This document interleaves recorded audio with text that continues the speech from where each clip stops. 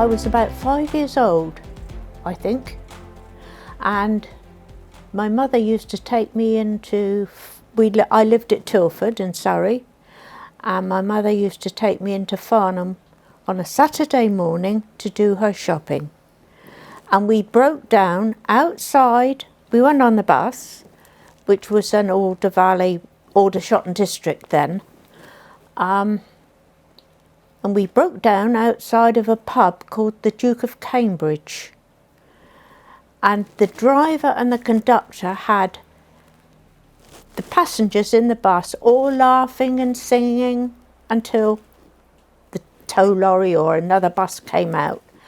And I decided then, I want to be on the buses. And that was it. And I always did think that. From 5 years old. It was 1945, it could be 44, but I think it was 45, that I really got into the passion for buses. I used to love buses.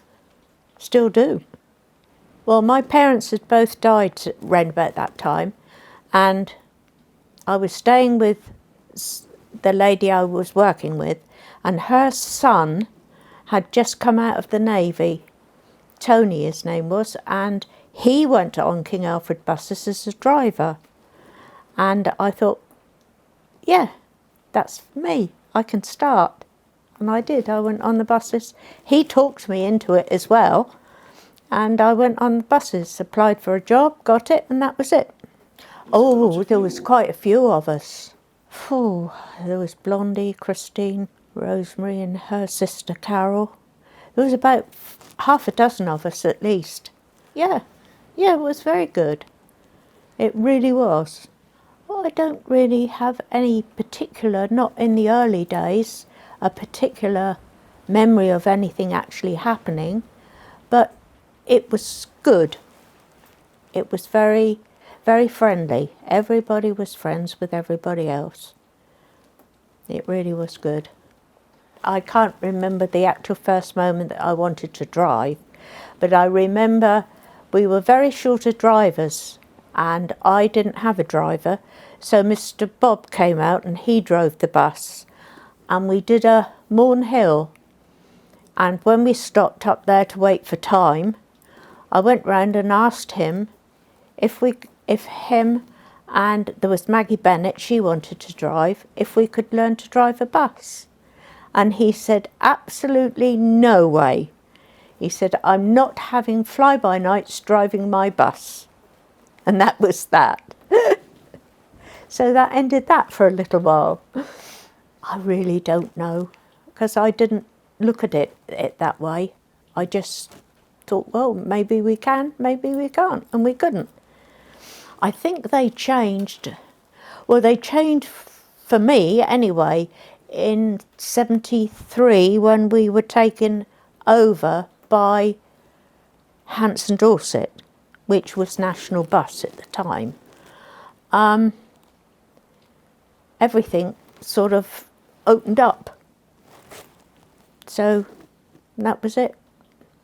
We were taken over April 73, and I went driving October 73, because we had to do 6 months on, that's right, 6 months on the back as a conductor before we could go driving. I was excited, and I know Mary was as well. Mary, when she started on the buses, she started about a year after I was on there. And she was told by another conductress on the bus, she was told not to get friendly with me because I'd get her into trouble. So, but we became great friends, and we still are to this day, although she's moved quite a long way away now. We phone up each other every other day, just have a natter. Most of them have died now.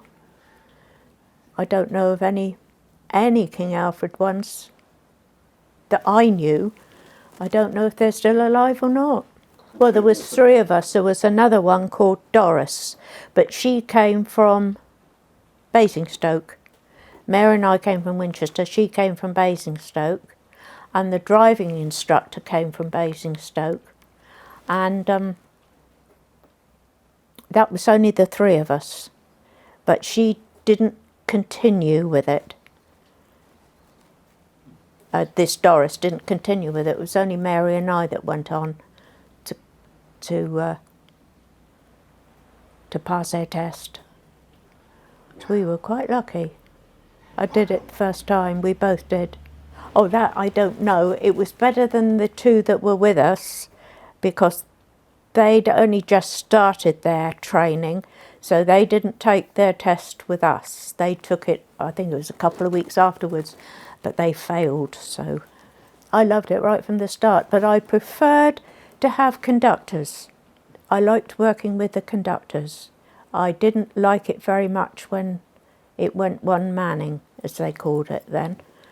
So there was one or two weren't too pleased about it, but the majority of them, they would help you if you got stuck with something, they'd help you.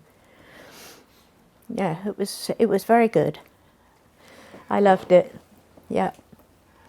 Well, I came off and went into the garage for a while. Then I went back on the road again, and then I came back and finished. I gave my licence up when I was 68, 2007. I gave it up, and that was it. Oh, I still drive a car, yeah. I've kept my driving licence, yeah, for the car. I need one out here anyway.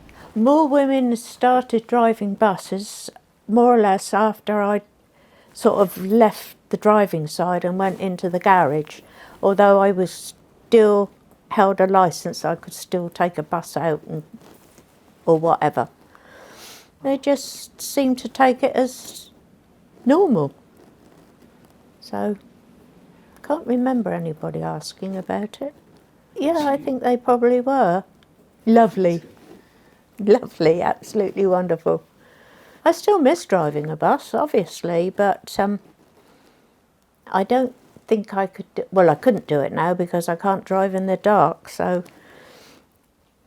But otherwise, yeah, it's fine.